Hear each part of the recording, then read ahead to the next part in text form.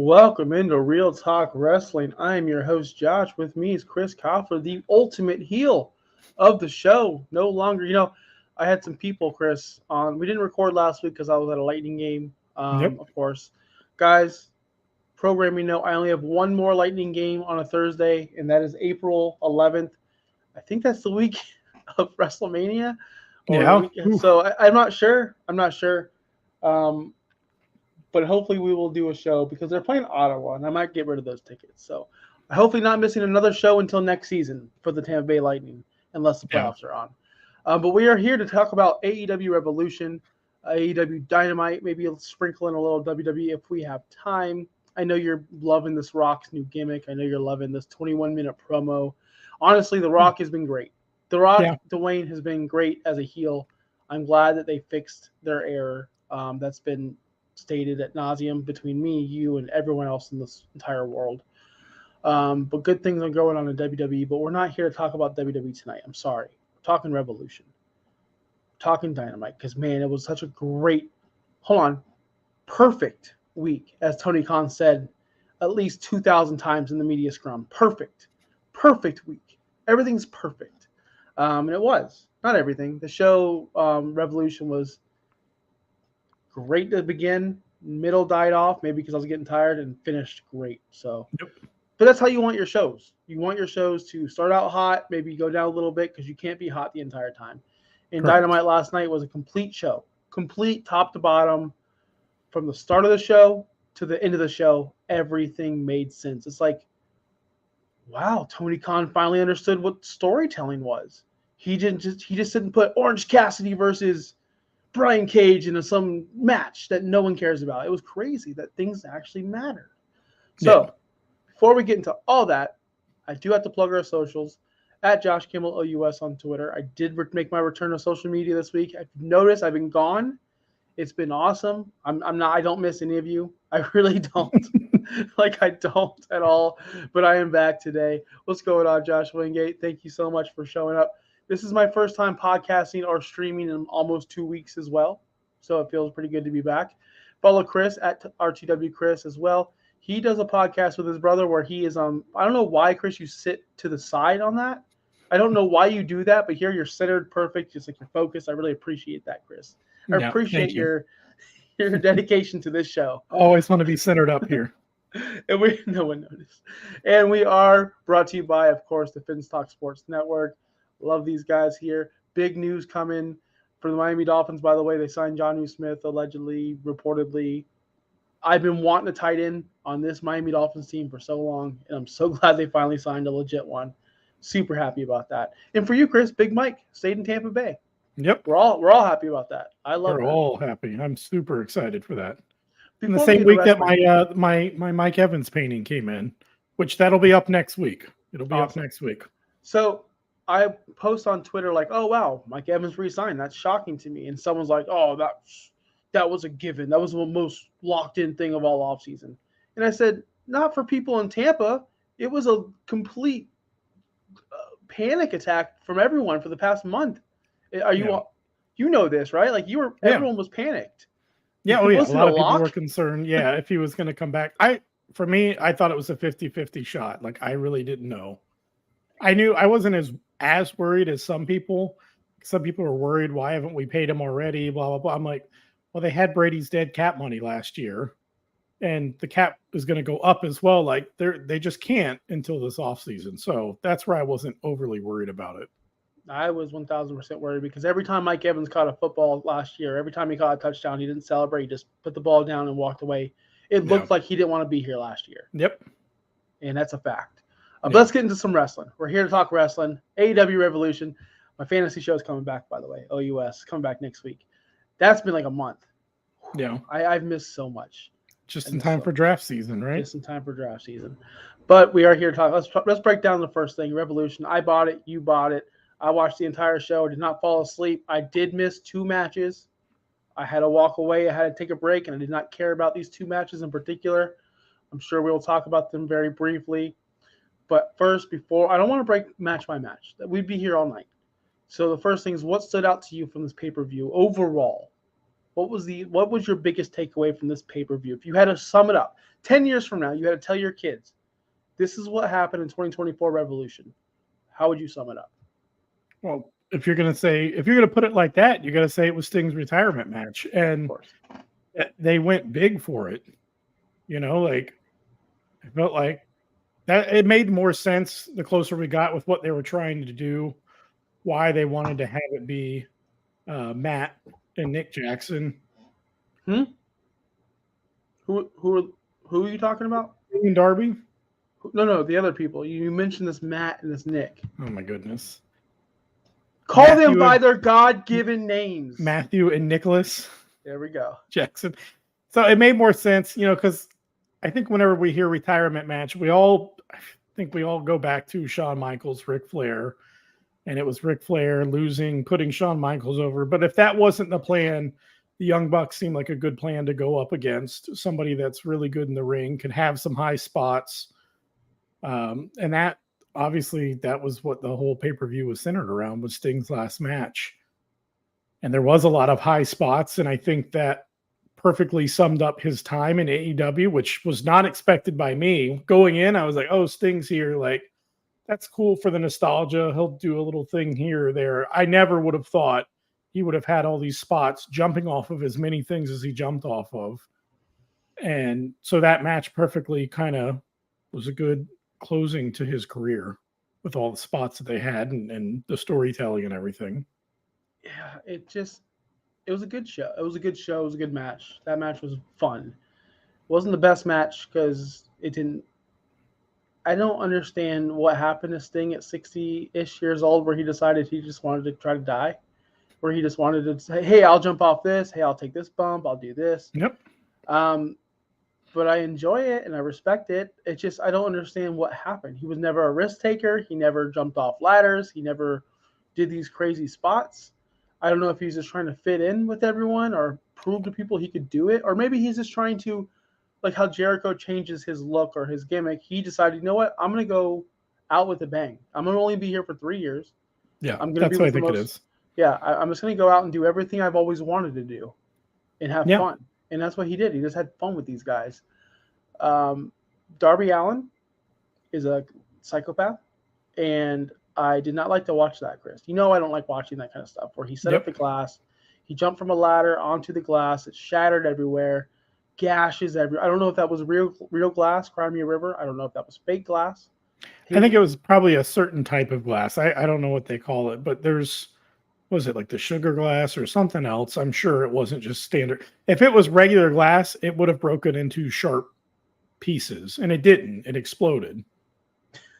So, did you so see like that's I not thought he was going to regular glass. Yeah, that was bad. The side of his, I guess, back where the muffin top usually is on more normal people, not 120-pound people, it was gashed open.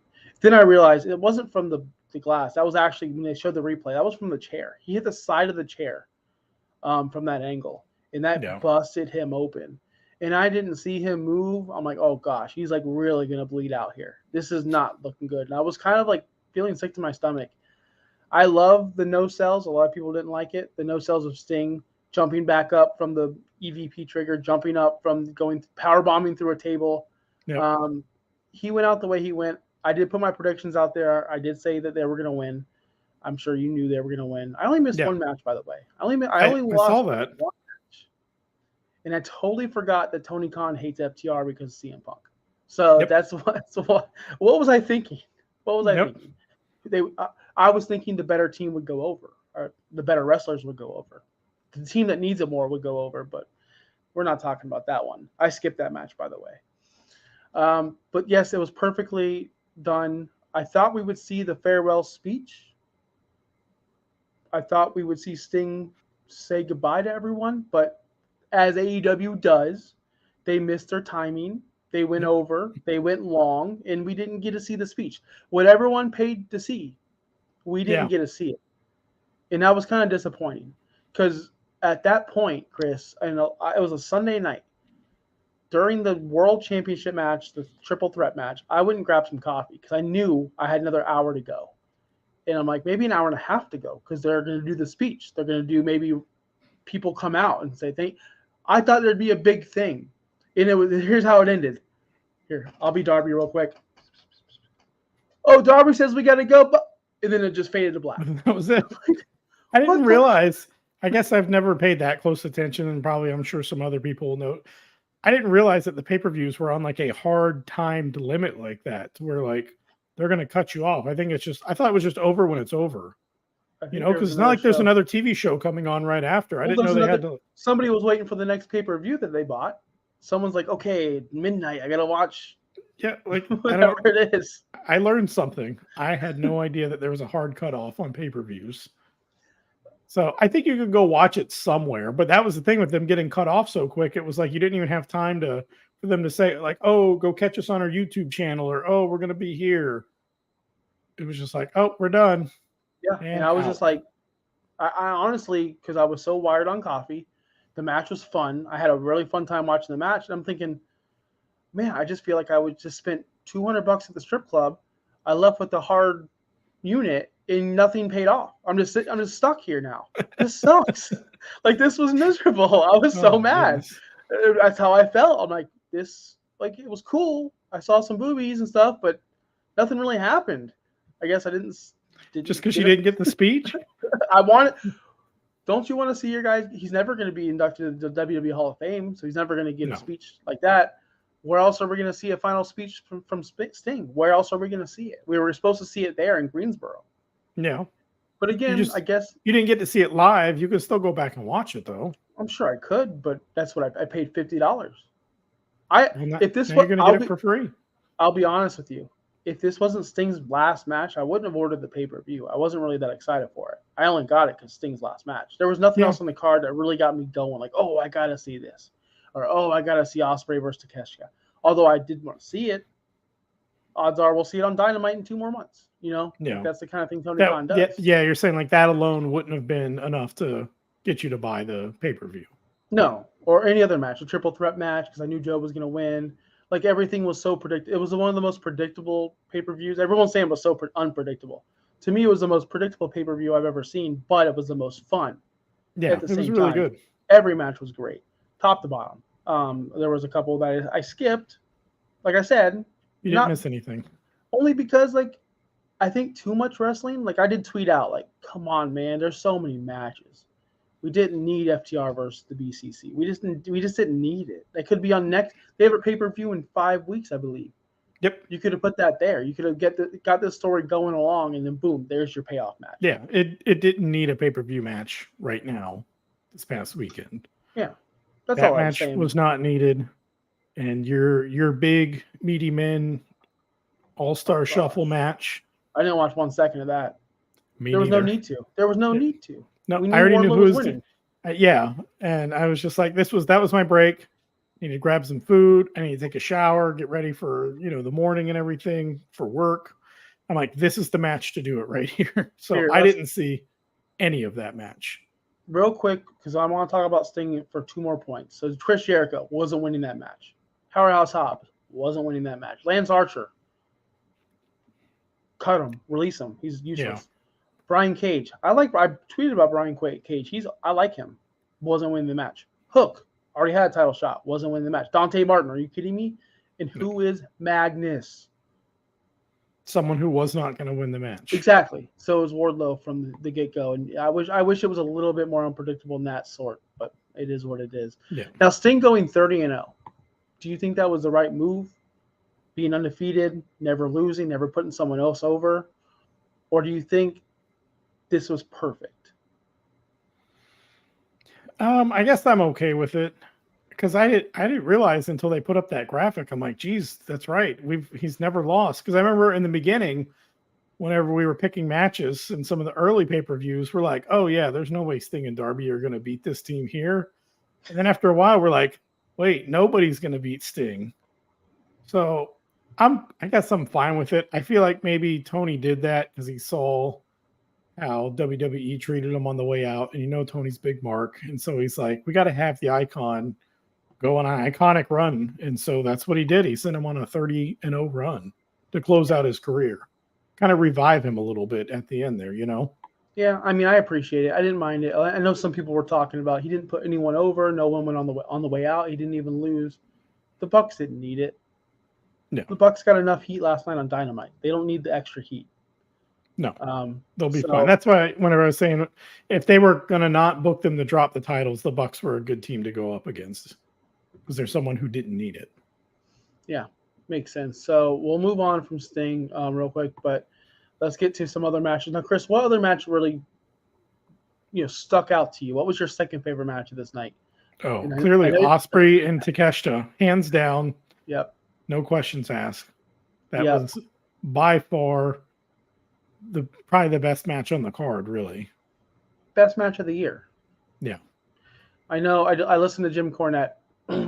He hated every second of it because it wasn't the 1980s style wrestling. He's stuck in the 80s, man. Like, he really is. This isn't the 80s anymore. This is 2024 where it's okay to kick out of a finisher on one in AEW. Like, it's cool. Like, it's kind of fun. Don't do it every single match. Don't do it every single week. But a big match like that, it's okay. It definitely is okay. The only thing I didn't like about the match is the story going into it. I didn't really understand why I know they're making Ospreay a babyface. They're going to turn him into a babyface. I get what they're doing. But again, they didn't really let it breathe. They didn't really let it, like, he just came in, oh, you're going to fight Takeshita next week on Revolution. Okay. Like, I wish there was something more. I wish there was a little bit more build to this match story-wise. Yeah. But that being said, still the best match of the night, still the best match of the year, still awesome. Number one in safety. No one got hurt. Ospreay just didn't almost die multiple times that night. Ooh, He's just a turnbuckle superstar, thing man. was rough. He is just a superstar. I don't know if he can cut a promo. I don't know if he can storytell, but he can wrestle. He can go. He can do. We're gonna find out real soon now that he signed with AEW.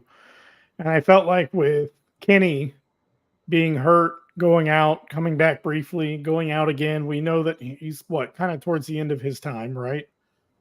Like, this is the perfect person to kind of come in and fill that spot. We were talking at the beginning of the show about football. Somebody leaves, team always scrambles. Hey, who's going to fill that spot? A receiver or a defensive end. You got to find someone that's like fits that style right there.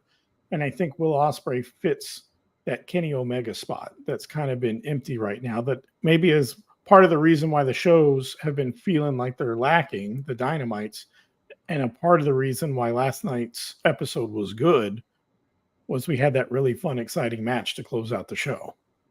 Yeah, I agree with that. But I don't know if Kenny's coming to the end. He's not that old. We've seen Shawn Michaels go forever. I'm not saying he. I thought I saw something somewhere where he was talking about, like, his time may be limited because of the injuries. And you remember the one that knocked him out last time? He was saying, what was it, that he was experiencing vertigo in the ring and struggling, and like he's kind of was when he was talking about that one. I thought I remember him saying something about, like, I don't know how much time I have left, that these injuries are starting to pile up now. You know what I mean? It's not that he's getting too old, it's the injuries are piling up, and that maybe his body just isn't going to, because of the way he wrestles and everything, that he just may not be able to go much longer. Did you see his tweet today to the response of him being fired from the Elite? No, I did not. He just posted a gif of, like, his goofy face, like, what? Yeah. That's pretty good. A lot of good wrestler tweets today. Drew McIntyre put out a tweet yesterday. Did you see that one? I saw it, but I don't remember it. It had to do with, was it CM Punk? Yeah, he pretty much quoted. Yeah. He called Seth Rollins. He used CM Punk's quote when he said about Adam Hangman Page and empty-headed, whatever he called him. He said that about Seth Rollins. It was pretty good. It's pretty good, man. I like it. I love what Drew McIntyre is doing right now. I know that's off topic. Man, it looks like he re-signed. There was a while where we didn't know if he was going to re-sign, and I was like, I hope he re-signs because the AEW's awful right now. That wouldn't be the spot for him. But now AEW has two. I understand, people. 2 good shows in a row. Like, I get it. I'm over here, like, excited. We're back, baby. Like, Dynamite last night felt like 4 years ago. It felt so good. It felt so right. Yeah. And I know I'm going off on tangents, which is what I do. When I watched Dynamite, they opened up with a promo, and I'm thinking, this is good. Because we don't need – I know, Chris, you're a big fan of 8 o'clock ding, ding, ding. We hear music. We're right into a match. Sometimes we need the entertainment. Yeah. Sometimes we need the story. And that's I'm what they're fine with that lacking. every once in a while. I'm good with that every once in a while. I got really bored of the Raw formula of, you don't get a match until about 8:40 every Monday night, and then it's like a 3-minute match. Because there's a promo and then a backstage segment, commercials, another promo, 3-minute match, another promo. That's what I was getting bored of. That's why I was saying I love Dynamite starting out 8 o'clock, intro hits, one wrestler's music hits, the next one, and then we're in a match by like 8:02. Like, it's good, it's refreshing, but yeah, I don't mind it every once in a while them opening the show with a promo. That's fine too. Very WWE open last night on Dynamite, and I liked it. I knew everyone saw it coming. Joe comes out in his Joe, because you know why? Joe comes out in suits now if he doesn't wrestle. Joe came out in his gear. Yeah. Everyone was in their gear. I'm like, oh, there's a tag team forming right here. Can they coexist? The old Vince move. No. And I'm thinking, all I was thinking was, man, they just did this with MJF and Cole. Now they're going to do it with Swerve and Joe. But I digress. It was still good. I want to see where it's going. You know what? I didn't love that from the sense of it did feel very WWE-ish. So that means we allegedly just had nothing planned for the first quarter hour, first half hour of Dynamite is the concept there. I ragged on WWE for doing that. I got to rag on AEW. And then the other thing is, we've talked a lot about Undisputed. This faction is just feeling very unimportant, very underwhelming. And they came out, and what happened? They just got beat and beat bad. Like, even though that's like the jobbers of the group, but still, aren't you trying to establish this group as like a legitimate group and everything? But they just seemed like Adam Cole was in a top storyline. Now he seems like he's leading the new job squad. I have for a mixed tag that the can they coexist tag team. Look, I am with you 1,000%. They need to drop Taven and this other goofball. First off, they're not good. I don't think they're good in the ring. They have no personality. They're over the top. They're indie wrestlers. They're not good. We have Kyle O'Reilly back now. Kick those two goofballs out and put Kyle O'Reilly in there, and let's get a legitimate stable with Cole, Wardlow, Strong, O'Reilly. Yep. That's all you need. You just need these four. These Taven and Bennett, they're bringing that faction down. Yep. They really are. Because when I look at them, I don't look at Adam Cole as a joke. I don't look at Roddy Strong as a joke. I don't look at Wardlow as a joke.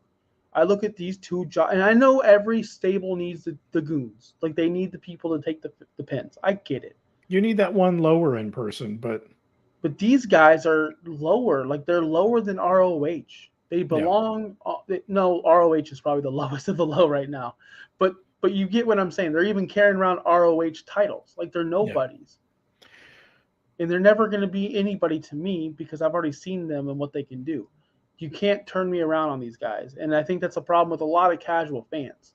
There's a lot of people like, oh, yeah, ROH champions. Oh, guys, Tony Khan and AEW needs to get the casual fans, the casual viewers, and you're not going to do it with these guys. These guys are making this stable a complete disaster. Disaster.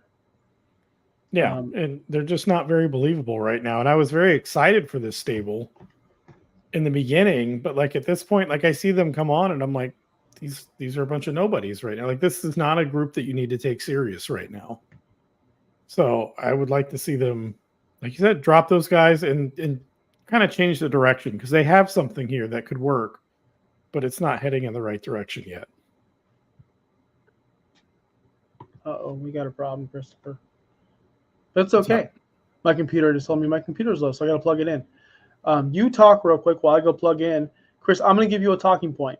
Tell the viewers what you thought about FTR and the BCC, because guess what? I didn't watch it. Did you watch it? I'll be right back and plug in my computer. I'm going to be listening to you. Okay. So, no, not going to be listening. So, FTR BCC, like we talked about, this match, it didn't feel like it belonged on the pay-per-view. I mean, it was a decent match because, I mean, you had 4 good wrestlers in the ring, but why we were getting this match right now. And this match, it just felt like it ran way too long. I think that this match went about 22 minutes, if I'm not mistaken. And right there, this match could have been about a 12, maybe 15-minute match. And that right there would have opened up at least a good, 7 to 10 minutes where Sting could have got in his final speech that Josh so badly wanted. And I don't know, it was decent, though. We could have done without it. Or I don't think they would have ever done it given the caliber of the wrestlers there. But this could have honestly probably just been, if they had to have it on this show, it could have been maybe a pre-show match. But again, with the caliber of wrestlers, I don't think that they would have ever gone for that. I get that. But as far as the relevance goes, definitely could have maybe been a pre-show match and we would have been fine. And Josh is still hunting for his power cord, wondering if he is going to drop the feed here soon. He's moving around behind his computer right now. So while he's looking around back there, trying to find the power spot. Oh, there he is. Now he is back. Josh is back. Did I lose all the viewers? Did I lose everyone? You lost them all. The star of the show left. I hope it works. And I almost got shocked. I plugged it in and went bzzz, so I went to another outlet. Yeah. Anyway, I'm back. Did you explain did John Moxley do this thing where he bites him, Chris? Yes. Okay. I don't get that all the time with the biting. It's not a believable spot. Like, it's not. There's two things I wish they would get rid of that they do a lot, and that's one of them, the biting, because it doesn't look anything. It looks like they're going to give them an awkward kiss on the forehead, like they're going to kiss him, but they're like showing teeth. Like you don't see his jaw really ever clamp down. He just has his teeth showing. He's like, that's stupid. And then also the back breaks. I think those are also another terrible thing that they do too often. I'm like, probably most of those guys, they have no nails. So what is that? You're just running your fingers down his back, and we're supposed to believe that he is in all this pain to where he's holding his back and screaming and rolling around. It's not a believable move. That one can go. Well, I hope everyone enjoyed the John Moxley portion of the show. I know I didn't. I know I didn't. I'm on record of saying he's the worst wrestler in the world. Yep. That's it. Well, what if you had to have Moxley versus Jericho right now on Dynamite next week? It's not going to be that because Jericho's got someone else he's going up against. Oh my God, Chris. Do not get me started on Jericho and what his next feud is.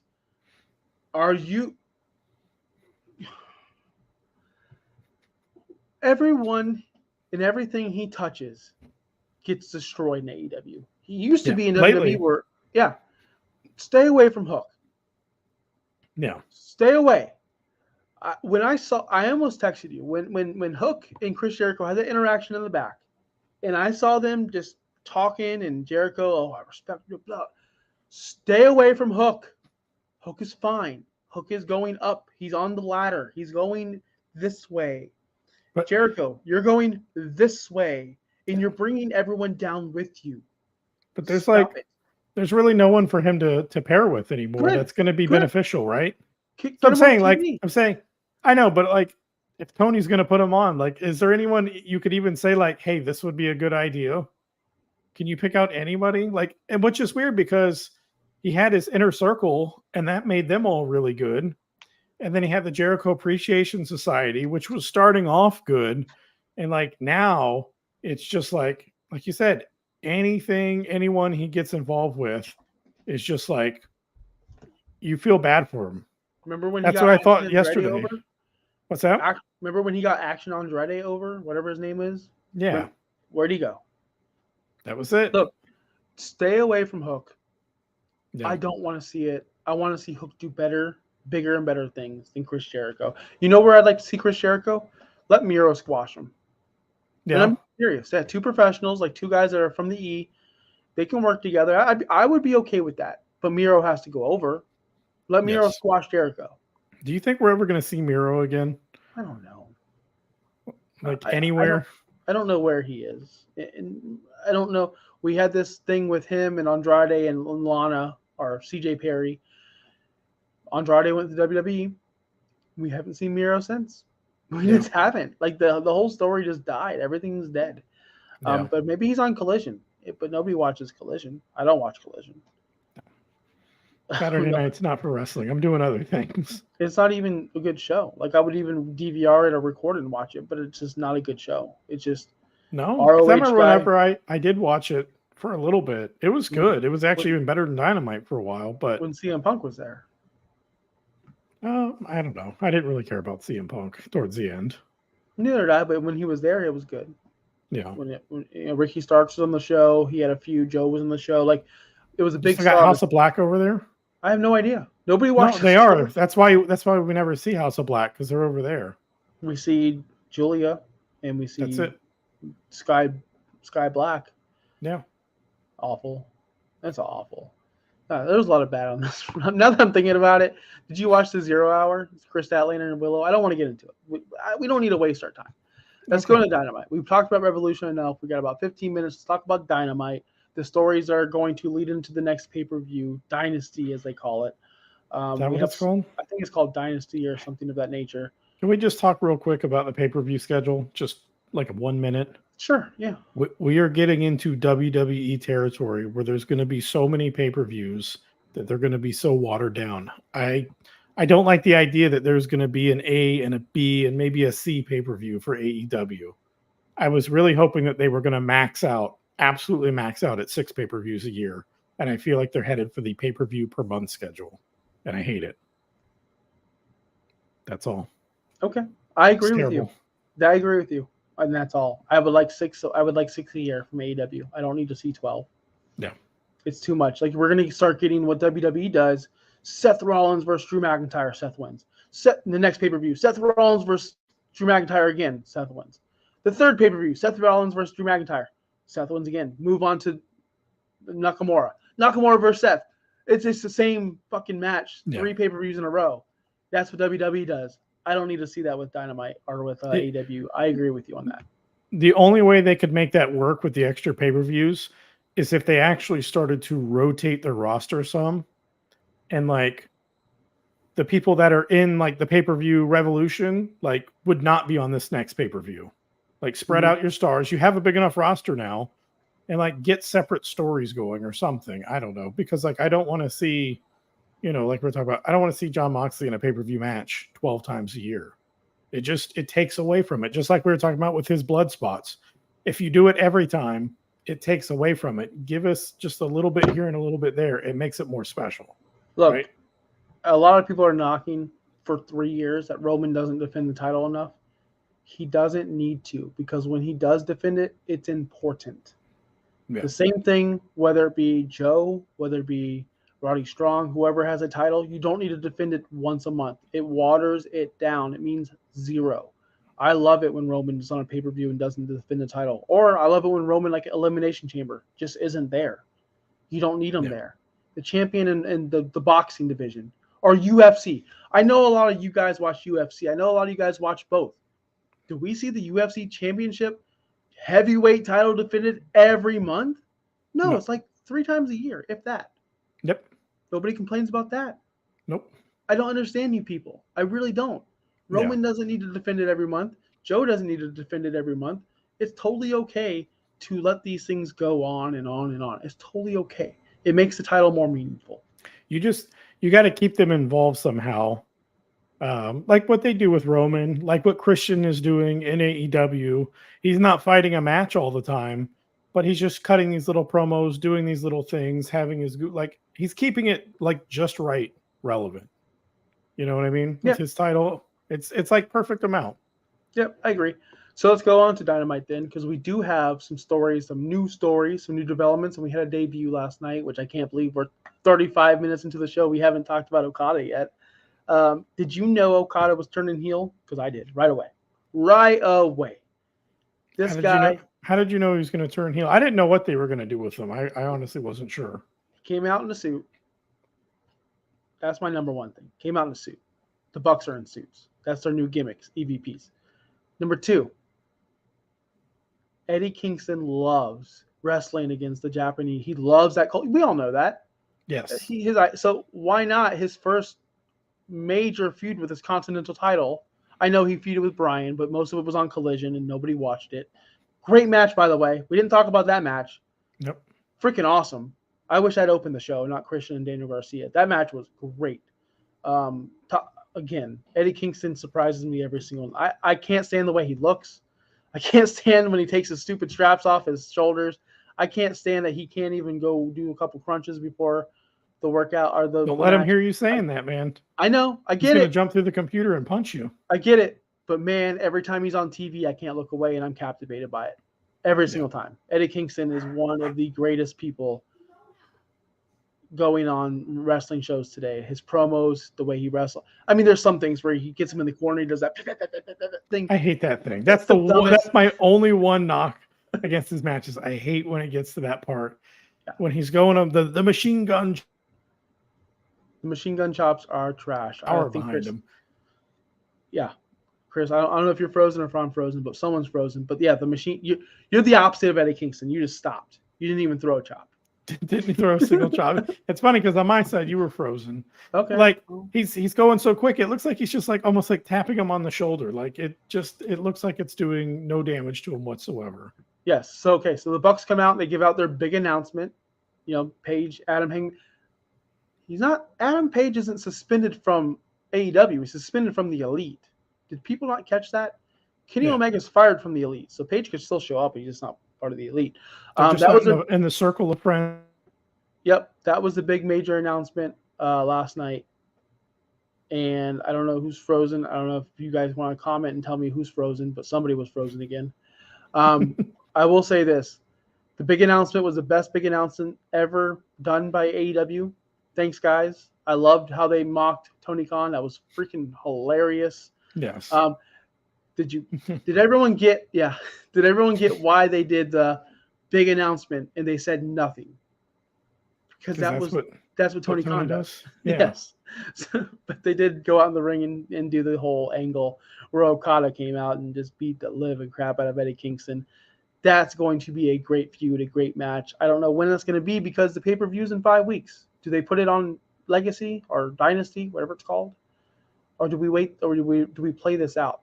Because Okada's not losing his first match. No. Okada's winning that title. Or the Triple Crown, whatever they call it. Is that going to be his first match, or is he going to have some warm-up matches before then? He might have some warm-up matches. I believe so. I do believe that he will. But I think it's great that he is the heel. I think it's great that he's lined up with the Bucks. They've been friends for a very long time. That's dating back to me watching Being the Elite and him just joking around with him all the time on the show. And it's been well documented that he's a big fan of the Elite and big a fan of the whole entire thing. So I think it's great. I think they should add a little bit more people. I think that's why they kicked out Page and Omega to bring in Okada. Maybe they add one more person. Gosh, I hope it's not Jack Perry. I know that people have been talking about Jack Perry coming back and being part of the Elite. I think he just won a title over at New Japan this past weekend. Good. Keep him away. He joined some group over there. You didn't see that? No, I saw him, and I'm not into Jack Perry. I never was into Jack Perry. I know you're not a Jack. I was when he was Jungle Boy. Come on, the Jurassic Express, man. I was all about it. Never into that either. I just never bought him as a character. He's like 5'2", 110 pounds. I just can't believe him. He's not a big meaty man. You love your big meaty men. I mean, at least Rey Mysterio had size on him and it was believable. This kid's just not believable. So It is what it is. I'm glad it's not him. I'm glad it was Okada. And I'm glad they brought Okada out before Mercedes. Like, she's next week. There was a lot of rumors going on that they were both going to be on that show, which would have brought away from Mercedes. I think she opens the show next week. She has to. She has to. She has to open the show. That's what I was thinking is when are they going to do it? Because if it were WWE, they would do it at like 9:55 or 10:55 if it was Raw, right? It'd be like 5 minutes before the show closes. But what did we see with AEW? Like when we were at the time all excited for CM Punk, we all knew he was on that rampage. They never said it, but we knew what was happening. Just like with this one, we know what's going to happen. And what was it? No one said a word. The opening segment rolled, and then that's it. It went silent. Commentators didn't say anything. And then his music hit, and he came out, and everyone went nuts. And I'm wondering if they're going to just do the same thing, which is just they just let her. I mean, does she get the same intro as CM Punk? I don't know that it's going to quite be at that level, but maybe they'll bring her out pretty early on. The only problem with that is everyone knows when you when you hear the cult of personality, everyone knows what it is. Yeah, we don't know Mercedes music. She's not going to have the old boss time. She's not going to have her WWE music. So when the music hits, there's not going to be a huge pop, unless there's a big build. Unless they do like a video package, like a show opens up. Hear me out. Dynamite happens. Big business happens. And all of a sudden, instead of going to Excalibur and Taz and the fans, we just see a video of like maybe a Corvette, whatever she thinks is fancy, pulls up. You see her walk out. Like there's a big thing, and people are like, wow. And then boom, we hear the music, and she comes out. Oh, and freaking Excalibur. Oh, it's. I don't know if they're allowed to say boss time, but whatever they say. I was wondering about that too, because sometimes they get away with stuff, but I don't know. Is boss time, is that trademarked by WWE? I don't know. I don't know. She's not. I don't know if she even goes by that anymore. I just know that she's Mercedes Moné. We're going to find out. We're going to find out Wednesday night, and everyone knows I'll be glued to the television. I'm not missing this one. Not even a chance. So you've come around, because I feel like a month ago you were talking about if she were to debut, you don't care anymore. I knew this party was going to come around. I said I was sick of her, not her, but just the rumors. Oh, the LA show. Oh, she's going to be here. Oh, she's going to be a blood and gut. I was just so over it. But now that I know it's coming, I'm coming and I'm watching it, and it's going to be a great show. I'm coming to watch the show. Like last night, even last night. I didn't turn Dynamite on until 8:02. I missed Swerve entrance. I missed everything because I forgot. I'm like, oh, shoot, it's Monday night. I have it ready. You're going to be watching Big Bang Theory for a full half hour. I would never watch that show. I would never watch that show. That's how committed you are. I would never watch the Big Bang Theory. 7:30, you're going to be watching the opening to Big Bang Theory just to be safe. 7:59, I'll turn on TBS, but I'll never watch the Big Bang Theory. But I will say this. I am excited. And I hope she opens the show. And I know we were talking about Okada and all that, but I'm serious. Big business is a big deal. It's going to change the AEW. I also think we see Britt Baker next week. Yeah. I hope so. I was wondering, where has she gone and when is she coming back? And she's going to have to spoil. She's going to have to spoil the surprise or the debut. Yeah, with the return. That has to be the feud. The role model. She's got to be a good role model for her. What else would the feud industry's number one role model? Like, seriously, look at Toni Storm and Deanna. I'm so glad that's over. This Deanna girl is awful. Deanna Purrazzi. She's old. She's horrible. People are telling me she's this and that. She's god awful. She's one of the worst wrestlers I've ever seen. Sorry. To me, I don't think she's good. Toni Storm is sitting here working with all these people that aren't up to her status or her level. Now she finally has an equal. Now we just need more equals. That's how I feel. And I believe that when Mercedes comes over and she excels, if she excels, maybe some other people will come over. Maybe somebody else would jump ship. I'm not saying Becky or Charlotte, but maybe Mandy Rose will come out of retirement. Maybe she'll stop posting on her OnlyFans and come back.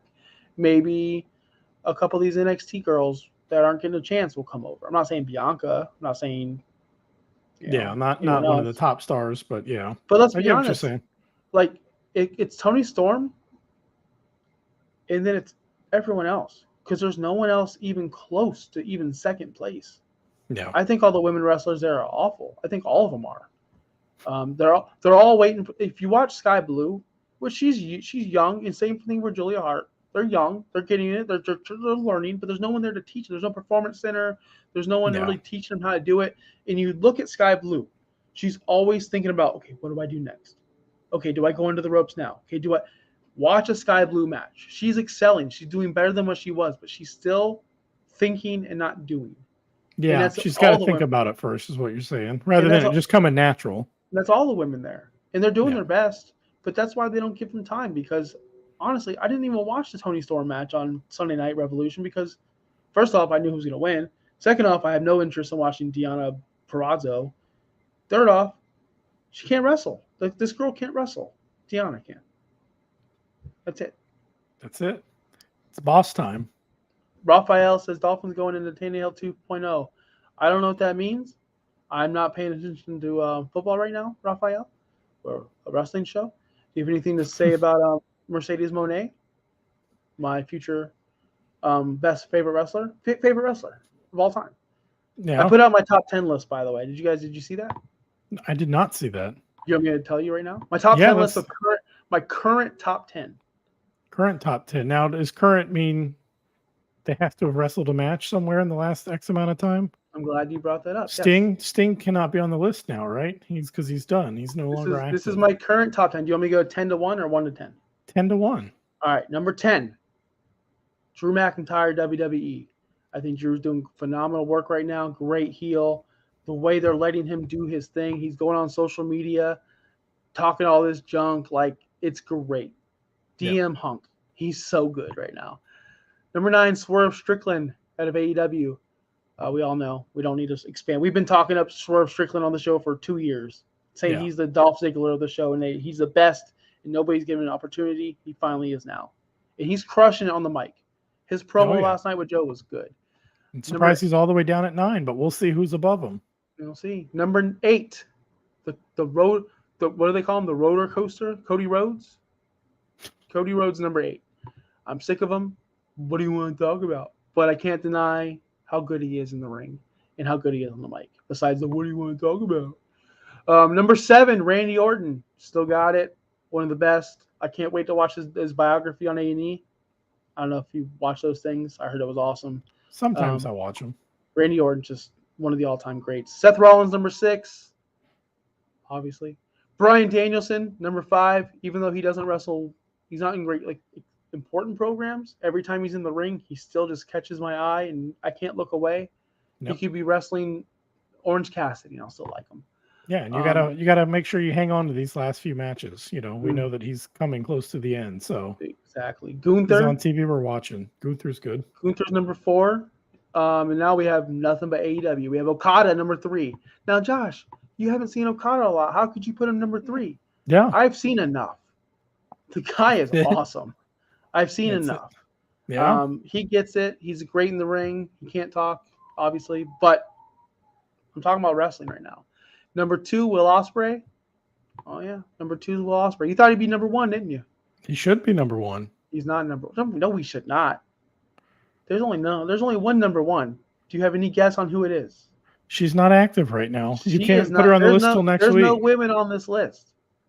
No? There's no women on this list. No. Oh, okay. I put this person on this list because he's newly missing time, and he deserves to be still ranked number 1 overall. And I'm talking about Maxwell Friedman. MJF is still the best wrestler in the world, people. Just because he's off, just because he's on vacation, it doesn't change the fact that he's not the best in the world. Yeah. It doesn't change the fact that he's not the best, a generational talent. This kid he's going to be the best wrestler of our generation, of this generation. Generation, yeah, for sure. Our generation. Yeah, and he's good because he's extremely good on the mic, the best on the mic, right? Yes. And always better than what you expect in the ring. Like, we expect him to be above average, good, but he's like really good in the ring. So really good in the ring. He had 2 of the best matches of last year with Brian in that Iron Man match. MJF I can't wait for him to come back. Yeah. The only problem is when he comes back, I just hope he's not feuding with someone lame like Wardlow or something. Again. No, that should be dumb. We had our time there. It's going to be Adam Cole. We all know that. Adam Cole will have that title when MJF comes back, unfortunately. But, I think so. I think he beats Wardlow for it. Oh, if he can stay not injured long enough for that story to happen. Before we go, we're at our limit here, and we're about to wrap it up. Do you think Wardlow gets the title? Do you think he takes it from Joe? I don't know, maybe, but I don't think he should. I feel like there's other people there that deserve it more right now. He's too hot and cold. That's what I'm saying. I don't want to see him. Not right now. I don't want to see him with the title. I would have preferred to see Swerve get it. everything that Adam Cole said in this stable was going to happen. Roddy won the title. These jobbers won the ROH championship. The only thing next is Wardlow has to win that title and give it to Adam Cole. I don't think that's going to happen because the match is next week. So I don't see the match changing. I don't see the title changing at Big Business or whatever it's called. And I do believe Swerve is going to wrestle Samoa Joe at the next pay-per-view, Legacy or... Yeah, like a one-on-one deal. Yeah, and I think Swerve wins it there. I think Swerve's your champion at the next pay-per-view. I hope so. It has to be. It has to be. I don't think Tony Khan will ever book anyone into a transitional champion if he doesn't have to. And he didn't want to do that to Joe. How unfair would that be? Hey, Joe, we gave you the title just to drop it the next pay-per-view. That wouldn't be cool. Joe wouldn't appreciate that. Tony Khan knows his value. We see how Tony Khan treats his performers. Treat them well. So that's going to wrap it up for us, guys. I missed you all. Thank you all for still being here. If you're here, please drop a like. I see a lot of you in here. There's a lot of people in here right now, Chris. These numbers aren't inflated. These aren't WWE numbers. All right, we're not pulling in 50,000 at the Raymond James, but announcing 100,000. All right. Yeah. We got legit people in here, so drop that like if you did like us. If you didn't, that's okay. Thank you for still watching. I appreciate it. Yep. I hate watch stuff all the time. Like Collision sometimes. If I hate myself. But follow me on Twitter at Josh Kimmel OUS. I am back. I'm back on social media at RTW Chris. He's not back, but he's still there. We'll be back next week talking about big business. I don't know if I'm going to be able to contain myself. I don't know if I'm even going to be able to do the show. I don't know. I won't be able to talk. I'm going to have my Mercedes shirt on. I'm going to have my Mercedes action figure. You notice there's a spot missing. I had Boba Fett right here. Yeah. That's going to be replaced by one of the Mercedes Monet. I guarantee, Chris. I'm ordering it tomorrow. I've already picked it out. We are having a wrestling poster in the background. It's going to be the best wrestler of all time, Mercedes Monet. So catch that next week. Guys, until next week, we are out. Chris, any last words? Wrestling is